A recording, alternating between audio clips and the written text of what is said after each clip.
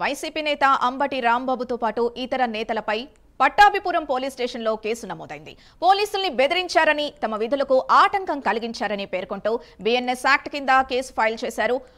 అనుమతులు లేకుండా ప్రదర్శన నిర్వహించి ట్రాఫిక్ ఆటంకం కలిగించారని ఆరోపించారు. భారీ ప్రదర్శన నిర్వహించి ప్రజలకు అసౌకర్యం కలిగించారని పోలీసులు చర్యలు చేపట్టారు.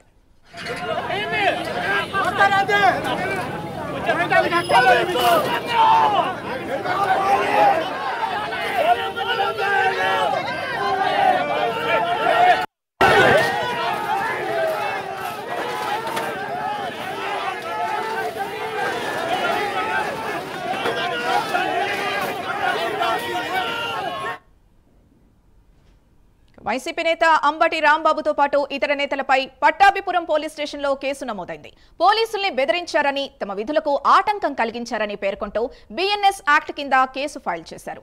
అనుమతులు లేకుండా ప్రదర్శన నిర్వహించి ట్రాఫిక్ ఆటంకం కలిగించారని ఆరోపించారు. భారీ ప్రదర్శన నిర్వహించి ప్రజలకు అసౌకర్యం కలిగించారని పోలీసులు చర్యలు చేపట్టారు.